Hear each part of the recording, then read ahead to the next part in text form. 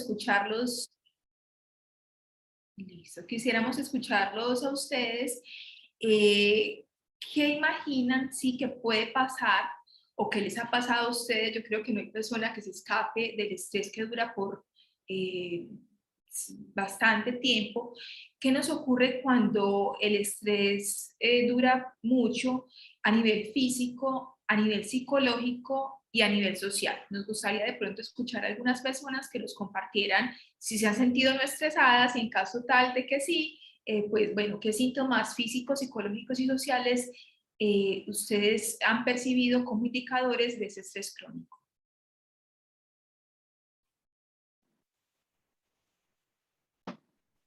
Buena tarde. Buenas tardes. Muy buenas tardes. Bueno, yo he tenido a veces niveles de estrés y en qué empresa en esta época generalmente no se maneja el estrés. Pero verdad que a veces es como más y muchas veces el estrés y un estado ya como avanzado del estrés lo que nos lleva es a equivocarnos, a no mirar claramente como el horizonte de lo que queremos hacer, a no seleccionar, digamos, la respuesta correcta, a no hacer como el trabajo realmente bien hecho, porque a veces ese estrés te llena de tanto temor y de tanta ansiedad que no logras concentrarte realmente en lo que tienes que hacer. A mí en alguna que otra ocasión me ha pasado eso. Aunque en las empresas nos piden que trabajemos con estrés, a veces de verdad que nos bloqueamos. Así es, así es. Entonces, hay unos síntomas que mencionas muy importante. ¿Quién estaba hablando? Magola. Sí, yo, Magola. Magola, listo, Magola. Hay unos síntomas que mencionas interesantes que son de tipo psicológico, ¿sí? El bloqueo, ¿cierto? Sentir como que no somos capaces, pues, como de saber qué hacer, ¿sí? O sea, es como si nos congeláramos y fuera difícil como decidir, bueno, por dónde empezar para comenzar a resolver las dificultades que tenemos en su momento, ¿sí? A su vez, cuando estamos así tan angustiados, ¿cierto? Eso puede implicar unas dificultades a nivel atencional.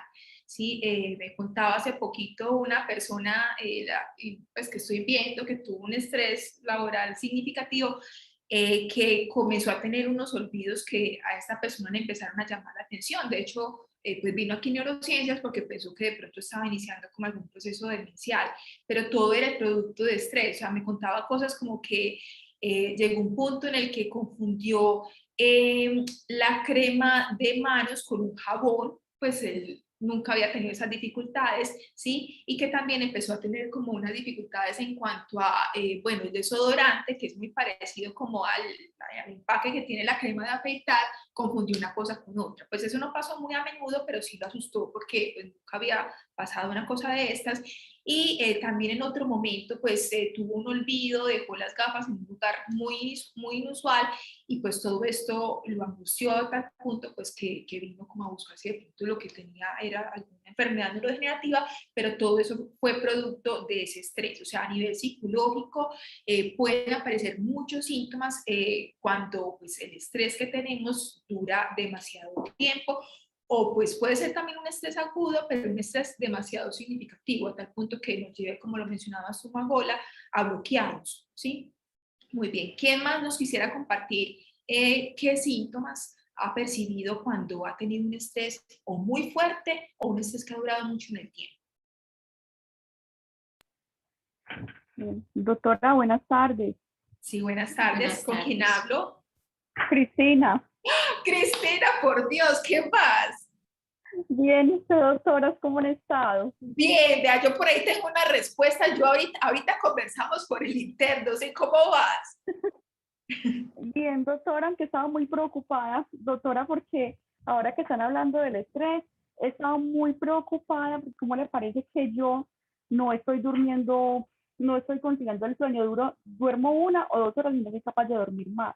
Entonces compré la melatonina para tomármela y tomar aromáticas en la noche, y por más que yo vea, coloco música de relajación, coloco, no, y no soy capaz, doctora, y eso a veces en el día me ha presentado muchos, no sé si tiene que ver, me ha presentado muchos trastornos, me da mucha ansiedad y estoy, por ejemplo, en algún sitio, cuando menos pienso yo, ¿y dónde estoy? Como que se me queda la mente en blanco por un momento y me ha dado mucho susto. Entiendo. Sí, esas son desrealidades que se presentan a veces, son muy rápidas, se pierde uno como de la realidad, de lo que está sucediendo. Usualmente se presenta porque el estrés ya ha durado mucho en tu cuerpo, viene desde hace mucho tiempo manejándose en unos niveles muy altos de estrés y por eso ya la sintomatología es muy fisiológica, muy física y ya muy orgánica, ¿cierto? Es decir, ya los órganos están diciendo de hay una carga más grande de la que puedo cargar, digámoslo de alguna manera, ¿cierto? Entonces es importante ubicar las causas por las cuales se le ha venido generando el estrés. Es decir, debemos resolver esos asuntos que de base la están afectando, ¿cierto? O el trauma, si fue a causa de un trauma X, de un estrés grave o crónico en un momento determinado de la vida, pero se debe resolver las causas, porque o si no, la sintomatología va a continuar. Muchas veces nosotros creemos que con los medicamentos se nos va a resolver todo, y cuando no se resuelve la causa real del estrés, por eso se nos va agudizando y por eso llegamos a unos puntos muy críticos. Muchas veces el medicamento nos ayuda transitoriamente. Hay veces que, digamos, podemos con el medicamento resolver más fácil la situación, pero sí se deben resolver las situaciones que le estén generando ese estrés, doña Cristina. Doctora, hay otra preguntita, y eso también causa miedo porque yo últimamente he tenido muchos como episodios de miedo, alguien se me arrima, yo sobresalto como si me fueran a hacer algo. Es precisamente por el tipo de estrés que ya tiene afecciones tanto a nivel psicológico como a nivel físico, y ese estrés lo que está, digamos, generando son ya otras alteraciones, ¿cierto? Y cada vez se van a ir sumando si no se resuelve la causa generadora del estrés, o las situaciones que están detonando el estrés. Entonces hay que mirar realmente la causa, y sí se pueden presentar, digamos, miedos, angustias, porque con el tiempo incluso se pueden generar episodios de ansiedad, depresión, cuando el estrés es crónico. Sí, o sea, de hecho también, pues cuando uno está con todo el tiempo con niveles que ahorita lo vamos a mencionar de ciertas hormonas elevados, entonces uno entra en un estado de hiperalerta. O sea, tú estás ahorita, Cristina, en un estado de hiperalerta. Por eso no estás durmiendo bien, ¿sí? Porque cuando uno está con un susto de que en cualquier momento pasa algo malo, pues, o sea, pues no va a pasar nada malo, digamos que uno tiene una conciencia de eso, pero el cuerpo interpreta esos niveles altos de estas hormonas del estrés como que en cualquier momento algo malo va a pasar, y cuando uno está así, por supervivencia, o sea, es una cosa que ha ocurrido en nosotros durante miles de años, no nos damos el lujo de descansar, ¿sí? Estamos todo el tiempo, pues, porque casi que medio durmiendo, pues, o muy poquito, porque en cualquier momento algo puede ocurrir y tenemos que estar listos para la acción, ¿sí? Por una parte, y por el otro lado, pues tenemos que también estar dispuestos a reaccionar casi que inmediatamente si algún enemigo, ¿cierto? El enemigo entre comillas, llega a hacernos daño. Entonces tú tienes un montón de síntomas, Cris, de hiperactivación, sí, que como decía ahorita Claudia, hay que mirar a ver qué está pasando, ¿cierto? ¿Qué es lo que te está desencadenando esa ansiedad, sí, esa hiperactivación? Trabajar sobre eso, y hay que mirar de acuerdo a tu situación, si de pronto hay que hacer algún ajuste también en el tratamiento farmacológico que ya tienes, y hacerte un seguimiento en el tiempo. Entonces, con mayor razón ahorita, por Dios, me das una ceñita y ya organizamos la cita para más tarde. ¿Listo? Pues, o sea, más tarde, para ojalá esta misma semana, miramos si podemos vernos esta misma semana. ¿Listo? Claro que sí, doctora, muchas gracias. Claudia, está levantando la mano Ana Chaverra. Dice, hola Ana, ¿cómo estás? Muy bien, gracias a Dios. Muy buenas tardes. ¿Cómo están ustedes? Muy bien, ¿y usted? Bien. Bueno, yo les comento, de pronto alguna vez sentí ese estrés laboral y mi reacción fue aislarme de alguna manera, no ser participativa de la institución donde trabajaba, Y empezaron a notarlo los compañeros y decían que si era que yo había cambiado de religión, que qué era lo que me pasaba, porque ya no era la misma y era que yo llegaba estrictamente a cumplir con mi deber y lo menos, los contactos personales, lo menos posible. Y eso, pero luego llegó como una buena terapia, una buena solución, y fue cuando la jefe se dio cuenta y me dijo, a ver qué es lo que pasa, si tienes dificultades con algún compañero, tal cosa, vamos a solucionarlo, tal cosa. Y en plena reunión empezamos a tratar esa parte. Los dos compañeros que tenía en ese entonces se disculparon porque era directamente con dos y dijeron, ay, de verdad no sentí, pues ellos me dijeron, no sabíamos que la estamos afectando de esa manera. Y sí, sí. Y uno no habla, uno se aísla y ahí fue mi error grave. Yo lo reconozco que gran parte de ese estrés también yo lo propicié también porque yo no decía nada. Entonces veía que estaban pasando las cosas y yo me las tragaba. Y llegó ese momento en que la jefe me dijo, usted le está pasando algo. Esto no es normal, que usted es muy dinámico, usted tal cosa, no, no puede ser. Y verdad, y me preguntó, no, lo tenemos que hablar a nivel de grupo y así fue que se dio. Pero sí tuve un buen tiempo que yo llegaba al trabajo y Dios mío bendito, porque debo trabajar, pero no era con ese ánimo, no era con esas ganas. Y bueno, hasta que, gracias a Dios, hoy día cuento con muy buen acompañamiento, con muy buenos compañeros. Mejor dicho, me siento contenta, feliz, dichosa en mi trabajo. Pero sí pasé una época bastante maluquita. Tuviste entonces un síntoma a nivel social, ¿sí? De aislamiento, ¿cierto? Que es un síntoma, ¿sí? O sea, yo no lo vería como una equivocación, o sea, hace parte también como de ese pool de cosas que representaban ese estrés crónico que tenías en su momento, ¿sí? Estrés laboral. Entonces, uno de los síntomas es esa parte de aislamiento. Afortunadamente, tu jefe, ¿sí? Dio en el blanco. Notó que algo malo estaba pasando y fue la que te dio ese empujoncito para que Sí. Súper. Total. Muchas gracias. A ti puedes participar.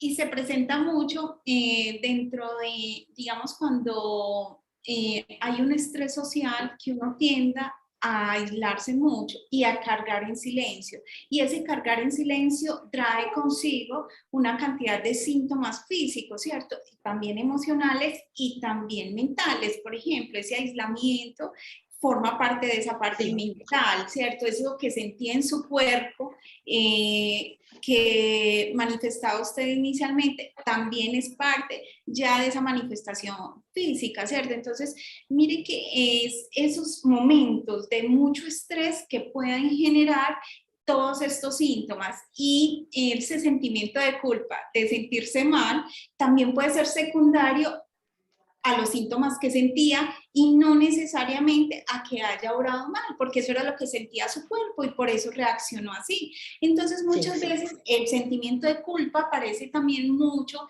en estos momentos o posterior y uno se siente mal o se sentía mal en su momento cuando realmente era su estado emocional que no le permitía reaccionar, digamos, adecuadamente. Entonces, hay que ir liberando esa culpa. Muy bien. Total. Bueno, y uno a nivel físico era cuando yo me iba a bañar, que yo me bañaba todos los días el cabello, me caía el chorro de agua y yo sentía como unos chuzos. Yo lo pensaba 2, 3 veces antes de meterme al agua, porque sentía como unos chuzos, algo así, y eso era, y los hombros, qué sabes tan brava, brava. Yo trabajo en una institución y de hecho una de los compañeras que es de acondicionamiento físico, me dijo, pero ¿qué pasa? Que no sé, que está sobrecargada, mira, es que, mejor dicho, y yo sí sé que es lo que uno no lo dice, lo que uno no pronuncie, mejor dicho, eso tiene otras repercusiones, y vean, esto aquí me sentía a nivel físico, mejor dicho, pero sí lo viví, yo conociendo lo que es el estrés y no en el momento, no lo supe yo manejar. Sí, así fue. Muchas gracias. Por eso es tan importante hablar, por eso es tan importante soltar, porque lo que la palabra no diga, el cuerpo sí lo dice, de alguna manera, Total. entonces lo expresa de alguna manera. Y ahí miramos en esa diapositiva que lo que usted manifestaba, que eran esos dolores musculares, esas sensaciones, forman parte de lo que usted identificó como a nivel físico y claramente lo tiene bien clasificadito. Sí, por ejemplo, bueno, nos mencionaba ahorita dolores musculares, Ana, ¿cierto? Esta parte de tensión, esa parte, o sea, lo que son esos músculos de aquí del cuello, ¿cierto? Ese músculo, sí, que es el trapecio, que llega hasta acá, ¿cierto? Pues que hace parte, pues, como de esa espalda, de ese tórax superior, ¿sí? También aquí la partecita de atrás de la espalda, cuando uno está muy estresado, se hacen así, se ponen duros como una piedra, ¿sí? Porque resulta que ese pobre cuerpo dice, como no, esta pobre cristiana, donde en cualquier momento tiene que salir corriendo, para donde no la vemos, pero tiene que salir corriendo.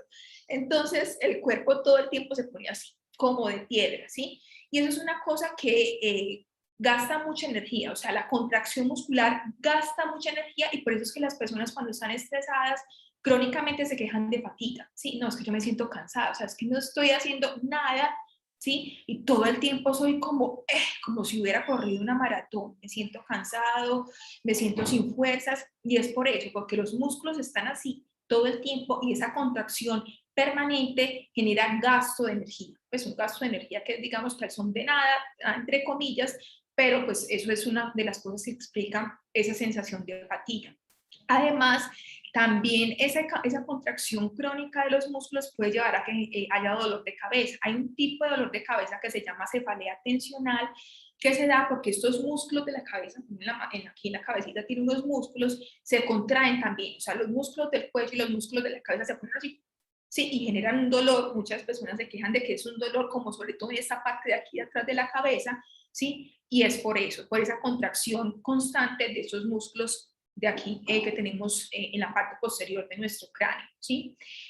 Por otro lado, pues hay otro tipo de dolor de cabeza, como el que yo tengo, que Clau es testigo de ese dolor de cabeza tan horrible que se llama migraña, que por Dios bendito es, pues bueno, es un dolor de cabeza que también mi mamá lo tuvo en su momento, y que, pues bueno, o sea, hay situaciones que, digamos, pues se escapan como del control entre comillas, por ejemplo, el ciclo menstrual puede generar algo de cefalea, pero también situaciones angustiantes pueden desencadenar en una persona que sufre migraña una crisis de migraña, ¿sí? ¿Y esto por qué se da? Porque se liberan ciertas hormonas del estrés, vuelven esas hormonas del estrés que hacen que se altera el flujo sanguíneo, ¿sí? Y que se activen ciertas partes de nuestra cabecita que envían señales de dolor y hacen que empiece este tipo de dolor de cabeza conocido como la migraña.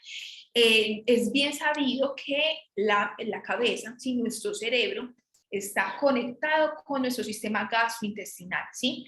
¿Por qué están tan conectados? ¿Por qué están tan de la mano? Porque resulta que comparten un mismo origen. Cuando nosotros somos como unos frijolitos, si todos fuimos algunos frijolitos, esas células que dieron origen a nuestro cerebro son las mismas células que dan origen a todo ese sistema gastrointestinal, ¿sí? Entonces, muchas veces cuando ocurre algo aquí, ¿sí? El estrés es una cosa muy de acá, muy de la mente, puede ser también que nuestro sistema gastrointestinal se afecte y que aparezcan síntomas gastrointestinales, como por ejemplo la gastritis. Cuando nosotros estamos estresados se aumenta la producción de ácido clorhídrico, y si la pared de ese pobre estómago está ya lesionada, pues pueden empezar a aparecer dolores en epigastrio, pues como en la boquita del estómago, ¿sí? O también se puede distender el colon. El colon también es una cosa que, o sea, cuando uno está estresado, pues puede reaccionar, y muchas mujeres, hombres también, ¿sí? Pueden distender su estómago a raíz de esa inflamación, ¿sí? Con esa alteración que hay en las paredes de nuestro colon, ¿sí? También podrían haber problemas con la digestión, ¿sí? Producirse diarrea o producirse constipación, ¿sí? Y producirse vómito secundario a todo este proceso de estrés. En algunos pacientes que tienen antecedentes de asma, ¿sí? Cuando están estresados pueden aparecer crisis asmáticas. ¿Por qué? Porque resulta que el estrés puede llevar a que nuestro sistema inmunológico reaccione. O sea, nuestro cuerpo, él es muy inocente y cree todo lo que nosotros conscientemente le contemos. Entonces, si le contamos que hay una cosa horrible afuera, entonces el cuerpo dice, como, ay, no, que esto tan horrible, tenemos que prepararnos, esas pobres defensas se vuelven locas, y como las defensas tienen que ver mucho con lo que explica el asma, lo que genera crisis de asma en las personas que sufren de esta enfermedad, pueden en estas personas con asma, ¿sí? Empezar a tener crisis. De hecho, ahorita me estoy leyendo un libro que es de autosanación, Me estoy interesando mucho en estos temas porque, pues, digamos que la ciencia occidental pues ha adelantado muchas cosas, pero tenemos también mucho que aprenderle a Oriente, ¿sí? Y pues una de las historias que contaban en relación con esta parte de la ansiedad fue de un hombre de unos 34 años, muy teso, un hombre muy inteligente, por allá de Estados Unidos, ingeniero de sistemas, que le había ido toda su vida muy bien, o sea, un man que le había ido, toda la vida le había ido súper bien. Entonces se fue, allá en Estados Unidos como que acostumbran mucho a que pues buscan trabajo en cualquier parte. Entonces si les salió trabajo en una ciudad, pues para allá pegan con toda la familia. Ese hombre se desplazó de donde vivía a una parte de California, ya había conseguido trabajo y a los pocos meses de estar allá lo despiden de su trabajo, ¿sí? Entonces arrancó él con, bueno, hizo una crisis de angustia. Nunca había tenido algunos síntomas como de una enfermedad como de hiperactivación de su sistema inmunológico, tenía pues cierta dermatitis, pero eso pues era una cosa que duraba 1 o 2 días, no era algo grave. Y luego de que lo despiden con todo lo que eso implica, si esa inestabilidad para su familia, porque pues no estaba sola, estaba con sus hijos y su esposa, empezó a hacer crisis asmáticas. De hecho hizo una crisis asmática que casi, pues, o sea, él se murió, ¿sí?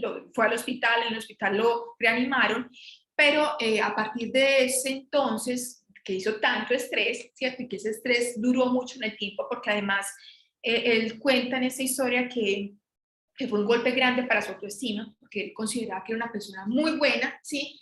Y entonces, como era una persona tan buena, le parecía increíble que lo echaran de su trabajo, sabiendo que él era tan bueno, ¿cierto? Era un hombre muy exigente consigo mismo, pasa esto, empieza a hacer a partir de esa crisis fatal, pues casi lo mata, de asma, comenzó a hacer crisis recurrentes de asma, fue a todos los médicos que le recomendaban con diferentes tratamientos. En asma se utilizan esteroides, se utilizan cierto tipo de inhaladores para dilatar las vías respiratorias, pues cuando está muy sintomático, esta sintomatología dura en el tiempo, pero aún así, y a pesar de que era muy juicioso con su tratamiento, iba empeorando. O sea, en vez de mejorar, cada vez iba peor. Otras 2 veces tuvieron que hospitalizarlo, o una de esas veces otra vez murió, otra vez tuvieron que reanimarlo.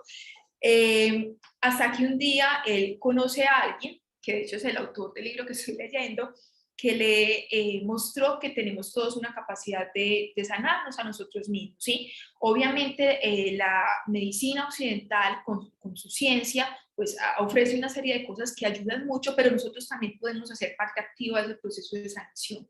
Entonces él empieza a meditar, ¿sí? Empieza a aprender cómo respirar y empiezan a mejorar sus crisis. O sea, él dice, 8 años estuvo así, con una crisis tras otra, pero después de que empieza a entrenarse en respiración y empieza a meditar, él se da cuenta que tiene control de su cuerpo y esas crisis asmáticas pues cada vez se reducen en intensidad y frecuencia. De hecho, un día, pues eso fue como una prueba de fuego para él. Relata un momento en el que él estaba muy mal, ¿sí? Él dice que él ya sabía cuando, o sea, llegaba a un punto en el que él denomina que es el no retorno. O sea, a partir de eso él decía como, madre, no voy a volver a morir, porque ya tenía experiencia en morirse, y quién sabe si esta sí salgo, ¿cierto? El caso es que llega a urgencias estaba atestada de gente, se demoran en atenderlo, por eso la crisis sigue agravándose, pero llega un punto en el que dice, bueno, voy a poner en práctica los ejercicios de respiración que me enseñó la persona con la cual estoy yendo a consulta, y empezó a respirar de la forma en que, pues como pudo, ¿sí? Esta otra persona le había enseñado a hacerlo, a relajar su cuerpo, a tranquilizar su mente, y la crisis se detuvo. De hecho, cuando finalmente lo revisan los médicos de urgencias, encuentran que pues, él realmente tiene una crisis leve y que podría ser manejada en casa, ¿sí? Una crisis que pues, posiblemente hubiese terminado como las anteriores, en un paro cardiorrespiratorio y en la necesidad de una reanimación. También el sistema cardiovascular se puede afectar cuando nosotros estamos estresados por mucho tiempo. De hecho, cuando nosotros por alguna razón no logramos hacer un buen control de ese estrés, o no logramos parar ese estrés o revertir ese estrés, podemos empezar a sufrir de la presión, ¿sí? Yo recuerdo mucho el caso de una paciente, de hecho eso fue, en ese entonces ya me empecé a dar cuenta que me gustaba como esta parte de la salud mental, que de hecho un internista con el que trabajaba me miraba rayada porque me demoraba como mucho con ciertos pacientes. Con esta en particular la recuerdo mucho porque era una paciente con una hipertensión, ¿sí? Con una presión arterial muy alta, tenía medicamentos muy buenos, ¿cierto? Muy costosos, y seguía igual, o sea, ella siempre que llegaba a consulta, nosotros terminábamos haciéndole la remisión para que fuera a urgencias, para que en urgencia le pusieran medicación intravenosa para lograr bajarle su presión, porque estaba en cifras que uno considera que son peligrosas para el cerebro.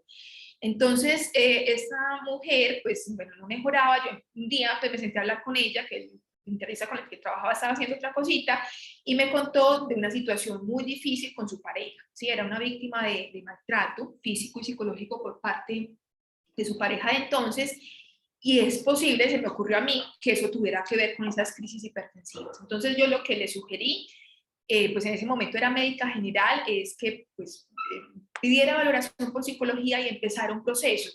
Y oh sorpresa que la señora arrancó su proceso y pues en los meses siguientes de seguimiento por parte de medicina interna, la señora, sus presiones empezaron a normalizarse, ¿sí? Entonces, el estrés crónico, ¿sí? También puede llevar a que empecemos a sufrir del corazón, a sufrir de problemas cardiovasculares como la hipertensión, y pues bueno, por eso es que es importante atender a esto, porque pues si podemos controlar mejor nuestro estrés, eso va a repercutir en nuestra salud física en todo sentido, porque el estrés afecta prácticamente cualquier órgano. Bueno, sigue esto. ¿Qué pasa cuando, esta es una pregunta para todos, qué pasa cuando el estado de alarma dura demasiado a nivel psicológico y social? Ya hemos tocado algunos asuntos de ellos, pero pensémonos y pensemos desde nuestras propias experiencias, ¿qué pasa cuando el estado de alarma dura demasiado a nivel psicológico y social? Es decir, cuando tenemos un estrés y ese estrés nos dura mucho tiempo a nivel psicológico y social, ¿qué se puede presentar? Entonces quisiéramos que nos participaran en esta respuesta.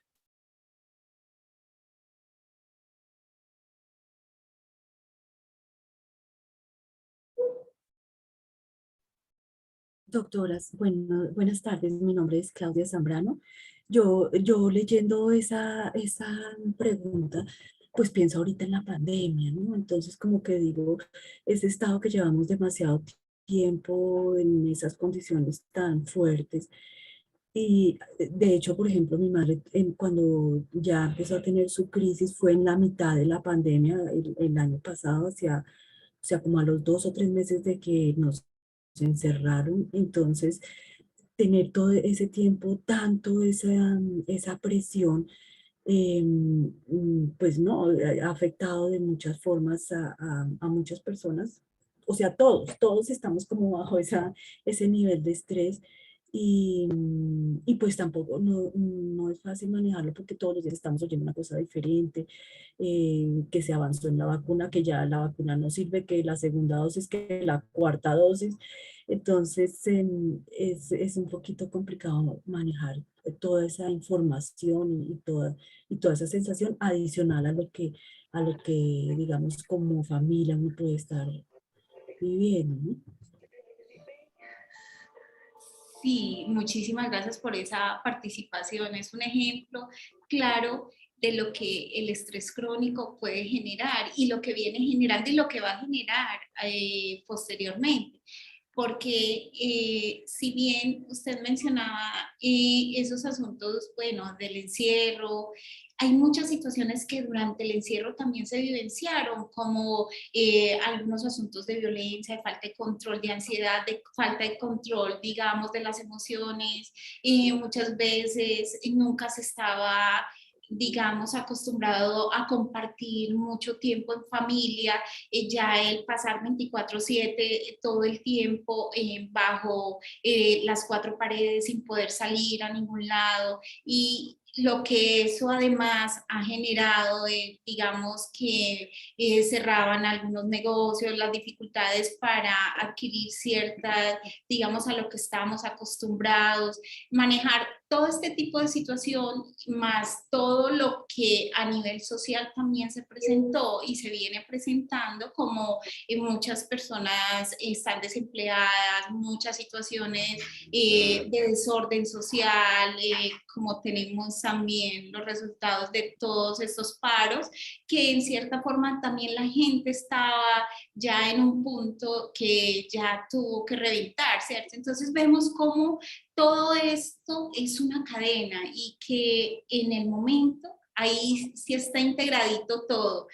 Lo que tiene que ver con el estrés psicológico, es decir, el estrés mental, físico, emocional, comportamental y social, ¿cierto? Ahí están incluidas todas. Su ejemplo fue muy claro porque y no solamente lo que vimos durante el año pasado, de lo que llevamos este año y todas las consecuencias que la pandemia ha traído, ¿cierto? Entonces, miramos que es un asunto que si vemos los niños, por ejemplo, en el momento con la adicción a los juegos, con la adicción a los equipos electrónicos, incluso los adultos, porque ya pasamos de una modalidad presencial a una modalidad virtual donde ya los equipos electrónicos son nuestra principal herramienta y se ha convertido, digamos, en cierta forma, en un problema para el manejo educativo y a nivel laboral, porque ya mucha gente ya no quiere regresar al trabajo, ya se presentan unos casos de aislamiento dentro del trabajo que no se veían antes. Bueno, entonces se vienen con otras consecuencias posteriores como son algunas adicciones y otros asuntos que también se suman a esta situación, a este ejemplo tan claro que usted nos da. Muchísimas gracias, doña Claudia. A ustedes, doctoras, gracias. ¿Alguien más quiere? Yo quiero pues, participar ahí por un ladito. Sí, claro, Diana, bien puede. Pues como que uno podría identificar los silencios del estrés. No sé si no sé si me hago entender, es decir, uno puede vivir el día a día, pero pueden haber síntomas aparentemente silenciosos que pueden indicarnos que es estrés, como de pronto poder decirle a los demás que están aquí en la sala que puedan ser más conscientes de esos silencios del estrés.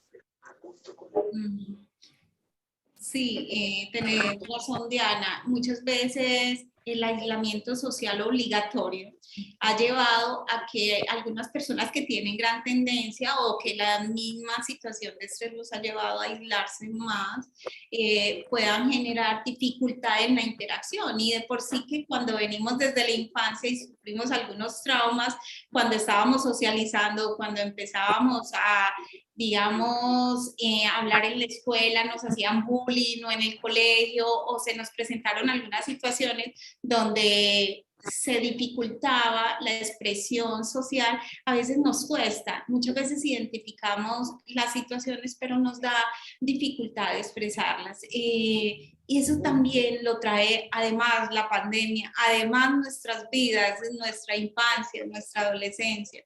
Es importante también entender que en el estrés no solamente si aumentan muchas situaciones, digamos, lo que es la frecuencia cardíaca, la presión, sino que también hay disminución. Se disminuye el funcionamiento de algunos órganos y también a consecuencia de las suprarrenales también se da ciertas dificultades. Entonces es importante mirar cómo nuestro cuerpo no solamente hay un aumento, digamos, en la reacción inmediata, sino también dificultad. Muchas veces nos bloqueamos para solucionar nuestros problemas y eso es más de tipo psicológico, pero ya cuando se bloquea nuestro cuerpo es más comportamental, cuando nos estamos bloqueando a nivel social es más ya de la parte social y vemos cómo en la parte psicológica puede haber depresión, agresividad, dificultad para dormir, bajo rendimiento, ¿sí? Y a nivel social tenemos lo que es apatía, es que esa apatía es como ese aplanamiento emocional, como esa, digamos, esa dificultad para interaccionar, para comunicarme con el otro, como esa desmotivación para realizar ciertas situaciones o ciertas interacciones.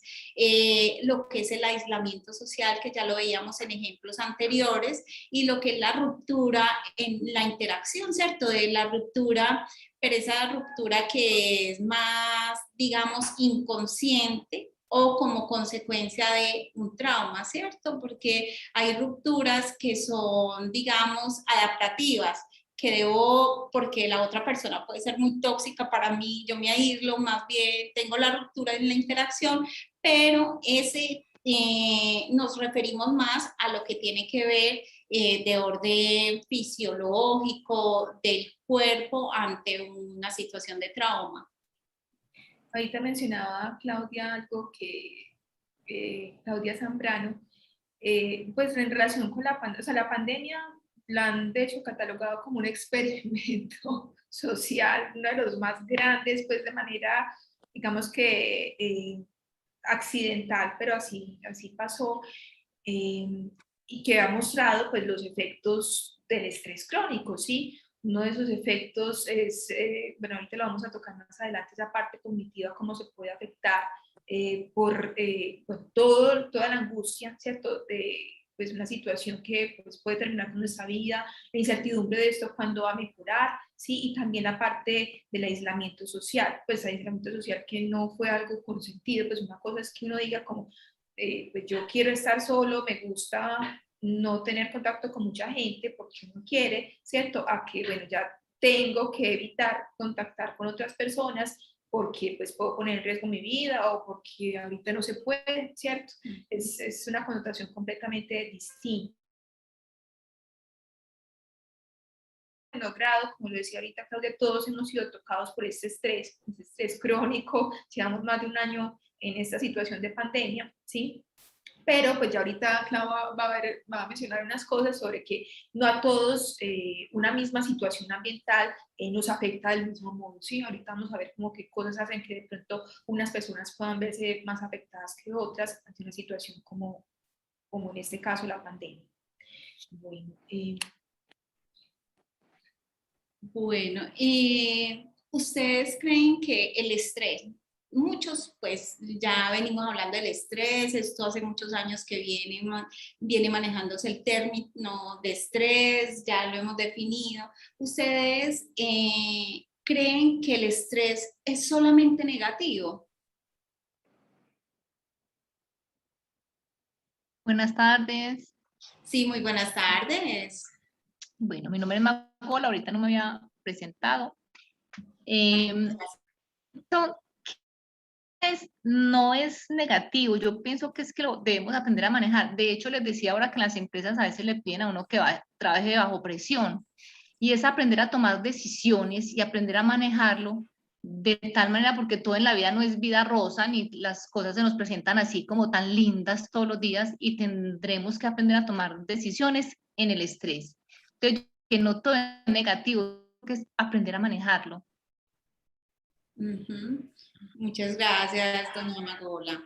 ¿Alguien más tiene una opinión diferente o reafirma que el estrés es solo negativo? Yo soy Nora Valencia. Muy buenas tardes, doña Nora. ¿Cómo están? Muy Yo bien, ¿y usted? sí creo que el estrés es solo negativo.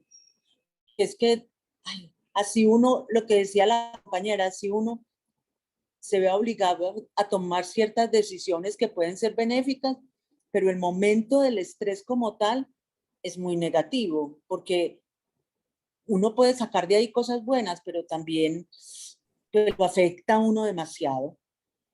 Muchísimas gracias, doña Nora. ¿Alguien más nos quiere dar su punto de vista? Doctora, Cristina. Sí. Pues doctora, yo creo que para mí personalmente, si ha sido algo más negativo.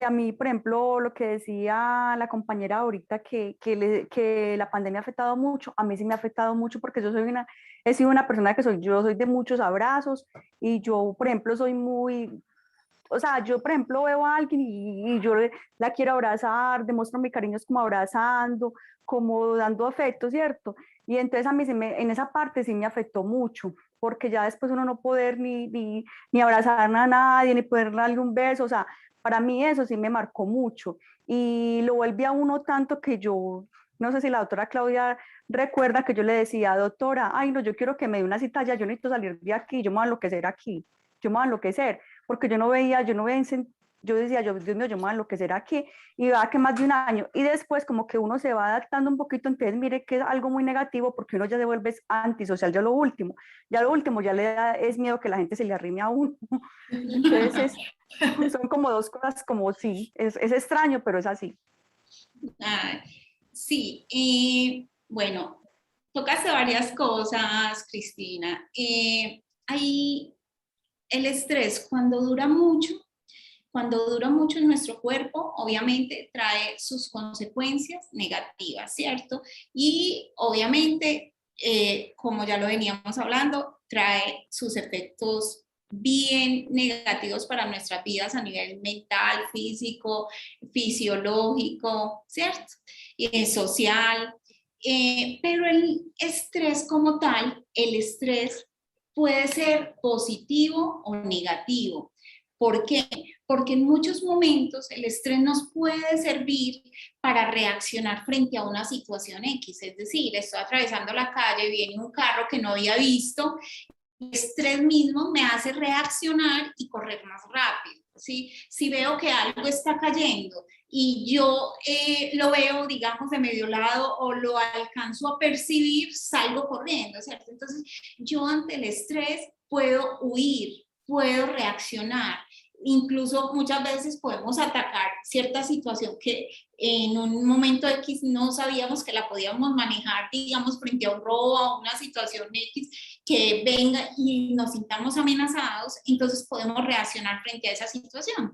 Entonces, puede ser positivo y puede ser negativo, ¿sí? El estrés afecta la salud y el rendimiento cuando es en forma negativa, pero cuando es positivo es adaptativo y nos sirve para, digamos, sobrevivir, para poder manejar ciertas situaciones que en un momento X son amenazantes para mí o para mi familia o para otra persona, ¿sí? Muchas veces nosotros vamos viendo que alguien, digamos, con alguna discapacidad física va para el suelo y alcanzamos a sostenerla en él, rápidamente reaccionamos, ¿sí? Entonces vemos cómo el estrés es tanto positivo como negativo, pero depende de las circunstancias. ¿Qué pasa? Que cuando el estrés es negativo y perdura en el tiempo, ahí es cuando se nos vuelve crónico. Pero si perdura mucho más o es muy intenso, nos pueden generar algunas alteraciones, enfermedades como veíamos antes, como la depresión, la ansiedad, nos pueden generar incluso otras búsquedas que más adelantico la vamos a ver, que es unas búsquedas nocivas para nuestro cuerpo, porque pensamos que es la solución, pero mentira es que lo que hacemos es mucho más daño. Entonces, vemos cómo el estrés como tal, esa capacidad de reaccionar, esa capacidad de que el hipotálamo reacciona y que, digamos, nuestros neurotransmisores reaccionen, que se libere cortisol, que se libere adrenalina, noradrenalina y que nuestro cuerpo reaccione, puede ser positivo o negativo. Entonces es muy importante todos esos aportes que nos dieron porque permite mirar un poco más allá hasta dónde el estrés puede ser adaptativo o hasta dónde el estrés es nocivo realmente. Viene otra pregunta. ¿Por qué unas personas se estresan más que otras? ¿Ustedes qué creen? ¿Por qué unas personas se pueden estresar más que otras si, digamos, hay un evento X y hay, digamos, 10 personas y todas reaccionan diferente? ¿Por qué unas personas se pueden estresar más que otras? ¿Ustedes qué piensan? Porque son más sensibles, creo yo. Puede ser, sí. ¿Quién más? Bueno, yo pienso que todas las personas somos diferentes y tenemos personalidades diferentes, unas más fuertes que otras. También tenemos adaptabilidad diferente, podemos llegar a manejar el estrés, entonces todos, o sea, todos somos tan diferentes que por eso reaccionamos diferente ante el estrés. Depende de la personalidad y lo que hayamos manejado en la vida. Muy bien, muy bien. Los aportes. ¿Alguien más? Qué rico que todos pudieran participar y miráramos desde sus propias experiencias algunos asuntos que podemos manejar desde acá, desde el chat. Doctora, también porque algunas personas somos más nerviosas que otras y presentamos ciertos miedos que eso muchas veces vienen desde la infancia. Entonces, cuando de la infancia nosotros venimos con muchas cosas, eso se ve cuando en la edad adulta ya estamos. Y por eso es que unas personas reaccionan diferente a otras. Exactamente. Es cierto. Doña Claudia Zambrano, Sí, cuéntenos. pues me estoy acordando de una vez que hubo un temblor y entonces como que nosotros salimos estaba yo con mis papás, salimos, pero entonces hubo gente que cuando nosotros salimos había gente arrodillada, rezando, había unas niñas se salieron del baño, iban con toalla y el pelo también recogido. Entonces, como que me estaba acordando de eso, de que unas personas, y lo que han dicho las compañeras, de que son, cada uno funciona diferente, ¿no? Entonces, como que hay, dice uno no sabe cómo va a reaccionar las personas frente a una situación de esas. Y, y ahorita, en ese momento, pues nos causaba, entonces, que miren, sí, como pero en este momento ya uno se da cuenta es que es la reacción de que cada persona frente a un hecho así difícil, pues actúa de forma diferente. Porque un Sí, temblor es un factor bien estresante. mucho. Mucho para algunos, para otros no. Es que es eso, o sea, es un punto interesante el que toca Claudia, porque sí, o sea, yo me sé, oiga, porque yo soy de las que empiezan a rezar, yo a pegarme los santos, pero bueno, salgo del apartamento hace poquito acá en Medellín, tembló mucho, fue una cosa impresionante, yo vivo en un piso 11, entonces yo pensaba, pero ¿será que es que qué pasa, hombre? Porque afuera hacen mucha bulla y a veces, pues, digamos que la bulla hace que vibre, pues, como la estructura. Y yo decía, no, esto, tanta bulla tampoco siento como para que esto esté como tan movidito. Y cuando, claro, sí, señores, que escucho por allá los gritos, y yo, ay, no, es que esto es un temblor, por Dios, y ya cojo la llave, y salgo yo también para afuera, empezando a rezar por todo el camino mientras baja las escalas. Pero sí, o sea, es un mismo factor, ¿cierto? El ejemplo que pone Claudia, que tiembla la estructura, pero pues habrá los que como yo, pues empiezan a rezarle a todos los santos que conocen, ¿cierto? Habrán otras personas que listo, o sea, tienen muy claro que pues deben evacuar el sitio donde se encuentren, lo pueden tomar de forma tranquila, ¿sí? Y no empiezan de pronto a catastrofizar como algunas otras personas sí lo hacemos, ¿cierto? Sí, a mí me tocó en los temblores del año pasado que se dieron como 3 grandes acá en Medellín, donde una señora se estaba en de tierra y era una señora que era muy, o sea, allá en la unidad es una señora muy cuidadosa con su cuerpo, ¿cierto? Entonces miramos cómo esa parte moral pasa a segundo plano para poder, digamos, salvaguardar su vida, ¿cierto? Entonces ahí vemos cómo las reacciones de todos y no sabemos cómo vamos a reaccionar ante X o Y situación, porque muchas veces también reaccionamos de una manera y en otros momentos reaccionamos de otra. También hay variabilidad individual, no solamente, digamos, en el evento como tal, sino en el momento de la vida de uno, ¿cierto? Hay momentos en que uno reacciona de una manera y en otros de otra. Muy bien, listo. Entonces, todo esto se debe a las características individuales, a las características de personalidad, como lo mencionaban ustedes, digamos, a los asuntos de autoestima, ¿sí? Hay personas que reaccionan simplemente, digamos, ante un piropo, se pueden enojar y pueden, mejor dicho, generar un conflicto, como otras que pueden pasar desapercibido del evento. La percepción de la situación, ¿cierto? Depende de esa vulnerabilidad individual, es decir, de esas condiciones y esas características personales. También a los estilos de vida y de trabajo. Vemos, por ejemplo, cómo las personas habitantes de calle reaccionan de una manera diferente ante X evento y nosotros reaccionamos de otra manera diferente ante el mismo evento, ¿cierto? Entonces vemos también que los estilos de vida y de trabajo también hacen, digamos, las personas que están en riesgo permanente o que están en movimientos permanentes tienen menos sensibilidad a ciertos, digamos, sí, a ciertos eventos, a ciertas situaciones que puedan generarle a uno mucho más temor. Entonces también dependiendo de los trabajos que se estén realizando, las labores, el manejo del tiempo, del dinero, la motivación para el trabajo, el ajuste a la ocupación, las condiciones del trabajo, que todo eso depende del estilo de vida y de trabajo que también influyen entonces en la forma como yo reacciono ante estos ejemplo, las personas que están viviendo en Centroamérica, que los temblores son permanentes, tienen menos, digamos, las reacciones menos fuerte que la de nosotros, que casi nunca se nos presentan los temblores, ¿cierto? Entonces, por ejemplo, vemos esas diferencias y esas características. Y, claro. Sí, y bueno, hay una cosa que quería añadir a lo que tú mencionas, Clau, y es, o sea, también, por ejemplo, nuestras condiciones de trabajo, ¿sí? O sea, menciono el trabajo porque también, pues, escuché varias personas que tocaron ese tema.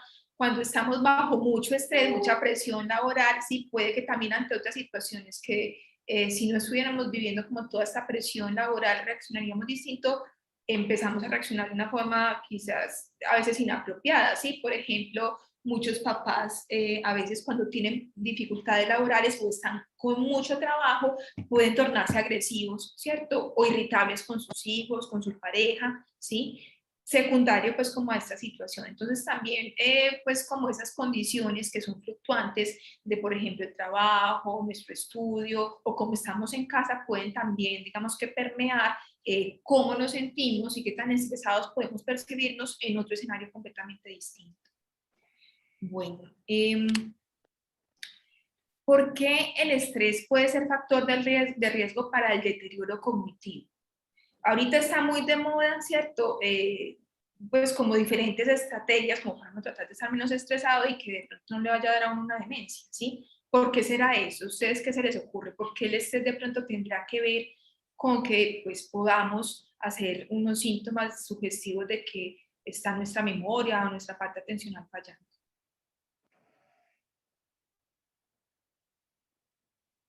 Ustedes han escuchado hablar por ahí de personas como, ay, vea, doña fulanita, se le murió el esposo y esa señora, no, ya no se acuerda ni como ella. Empezó a ver para atrás, a tener olvidos y ya en este momento, no, esta pobre señora, ya no, eso como que le dio la demencia senil.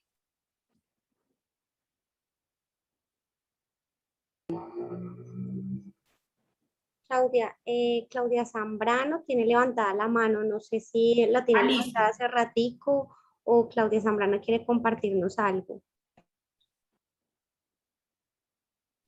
Claudia, adelante. Bueno, no, la mano, pero entonces yo pues también por el proceso de mi madre, ¿cierto? La doctora nos explicaba que también a veces cuando el cerebro está bajo el estrés, ¿cierto? Entonces como que empiezan a fallar varias cosas. Y una de esas es, por ejemplo, la memoria y la atención, ¿sí? Entonces había que bajarle un poquito porque es que ella tiene un trastorno y entonces ha estado empezando a manifestar problemas de memoria, estamos en ese proceso.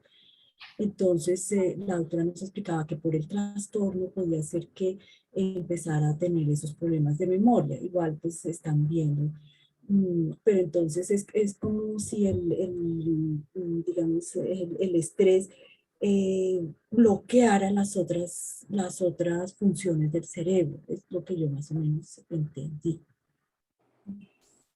Bien. ¿Se les ha pasado de pronto a veces, bueno, a mí me pasaba, pues cuando estaba, digamos que eso ha ido mejorando, pero yo me acuerdo mucho que en el colegio, cuando yo estaba demasiado estresada para ciertos exámenes, yo me bloqueaba. Yo, no, la mente en blanco. Y pues, y yo estudiaba, ¿cierto? Pero a veces en ciertas materias me estresaba, me estresaba mucho. Y no daba pie con bola. Yo me quedaba un rato como esperando a que el Espíritu Santo me iluminara y ya pues finalmente de pronto como que me relajaba un poquito y ¡pum! Ya pues respondía la prueba. ¿A ustedes les llegó a pasar o les ha llegado a pasar algo así? O por ejemplo en una entrevista de trabajo, que uno está tan asustado que le preguntan cómo se llama. Ah, sí, bla, bla, bla. Mencionan una cosa que nada tiene que ver con lo que le están preguntando.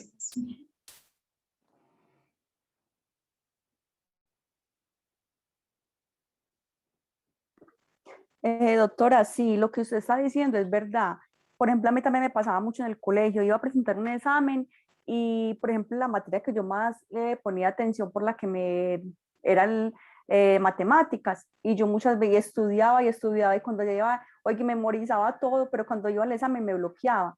Entonces yo creo que puede ser un factor de riesgo porque hasta qué punto puede quedarse eso, hasta qué punto puede quedarse ahí en la mente y no pueda, o sea, que se quede por un espaciocito, pero si ya se vuelve repetitivo, es donde hay que poner mucho cuidado, porque ahí es donde vienen los problemas, me imagino, yo pues, también de memoria. Mi mamá empezó así, mi mamá cuando le diagnosticaron el Alzheimer, mi mamá le empezó el Alzheimer de 58 años, y ella empezó con una repetidera, pero nosotros le parábamos muchas bolas porque ella conversaba mucho, pero se acordaba mucho, era como del pasado, entonces nosotros no le pusimos sino atención cuando ya empezó a repetir demasiado, y cuando la tía de nosotros, la tía mayor que falleció, que era como la mamá de ella, ya mi mamá tuvo como un choque, que mi mamá ya ahí prácticamente quedó por un tiempo como en estrés, mi mamá ya estuvo casi 2 meses en la cama, estresada, ya no quería comer,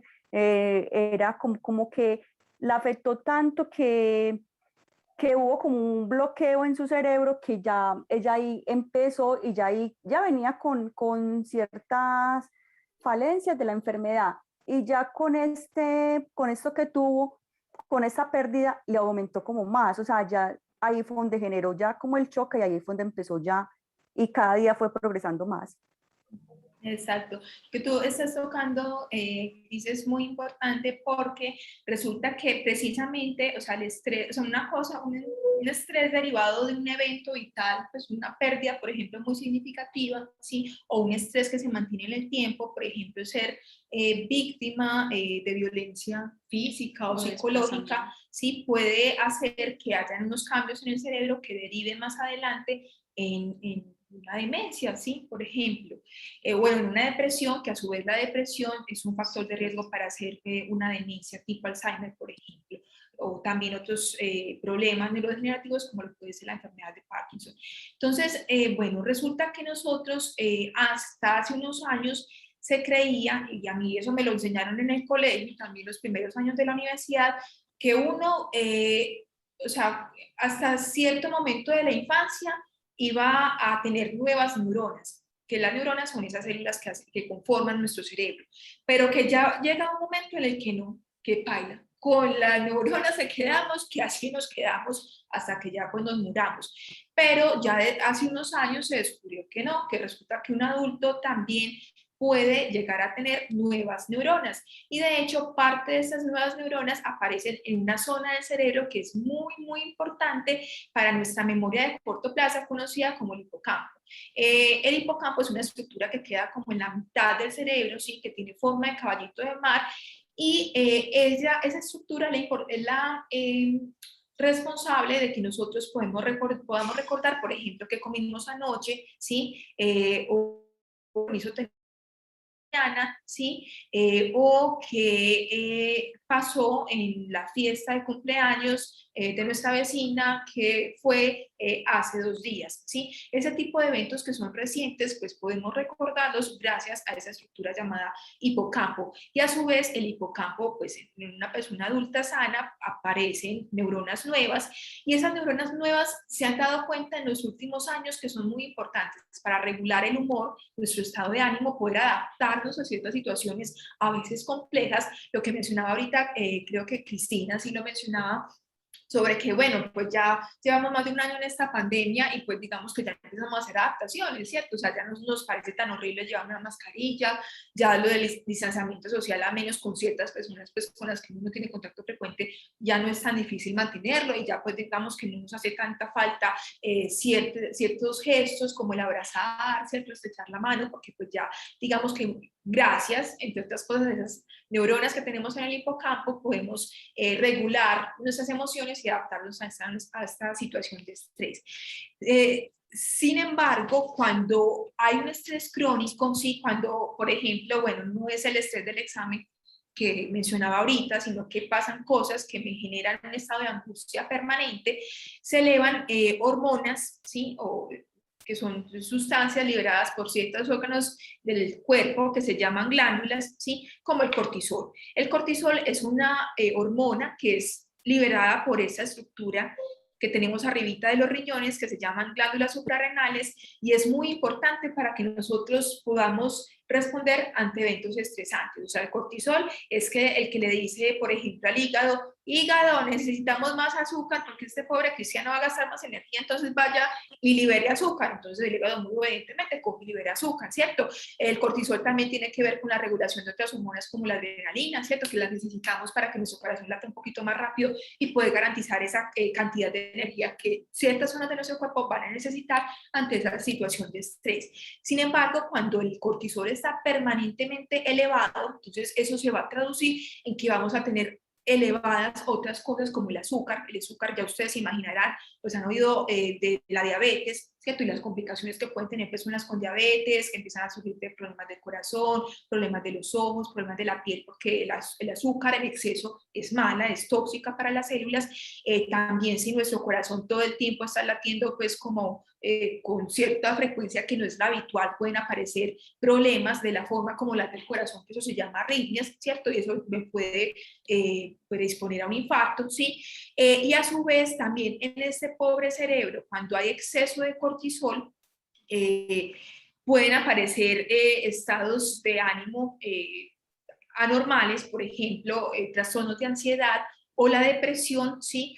Pueden empezar a morir las neuronas porque el exceso de cortisol también es tóxico para el hipocampo pues que normalmente produce esas neuronas para que nosotros podamos adaptarnos a situaciones de estrés. Si no hay esas neuronas, pues puede ser que ya no nos adaptemos tan fácilmente, que antes, bueno, teníamos una dificultad económica en la casa y mirábamos qué hacíamos, pensamos con el vecino, utilizamos la tarjeta de crédito, pero ya nos quedamos sin saber qué hacer. Esa cosa que es agobiarnos,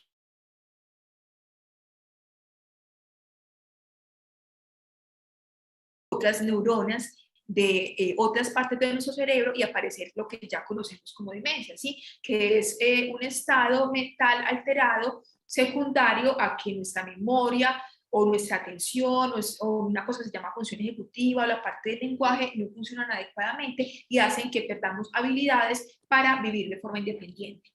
Entonces, acá tenemos estas glándulas suprarrenales que a mí me encantan porque parecen un par de bananitos encima de los riñones, que son muy importantes porque liberan un montón de cosas, entre esas el cortisol, y pues este cortisol, bueno, lo necesitamos, pero por corto plazo. Sin embargo, como les explicaba ahorita, cuando pues está permanentemente en el tiempo, hace que no se generen nuevas neuronas a nivel del hipocampo, que son esas estructuras que ustedes ven aquí en amarillito, ¿sí? Además, que nuestro cerebro con el tiempo empieza a acumular una basurita que se llama betamiloide.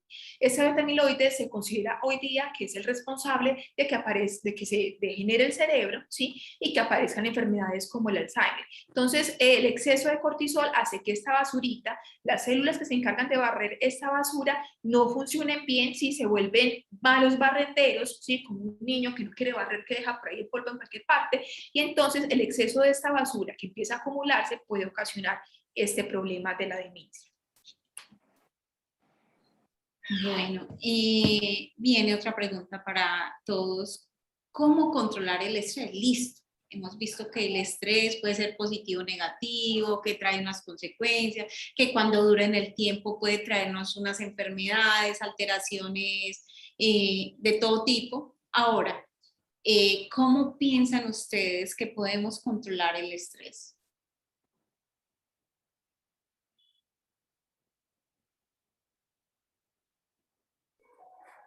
¿Qué hacen Doctora, ustedes cuando se sienten estresados?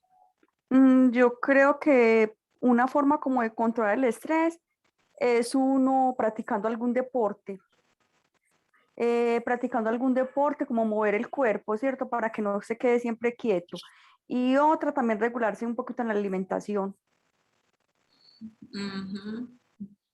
Sí, son 3 pilares fundamentales. ¿Quién da más? ¿Quién nos opina de otro asuntico que es importante dentro de esos pilares fundamentales para el control del estrés? Buena tarde. Buenas Yo tardes. pienso que es importante también la parte de actividad física, o sea, digamos, el ejercicio también nos dispersa, nos ayuda, nos entretiene.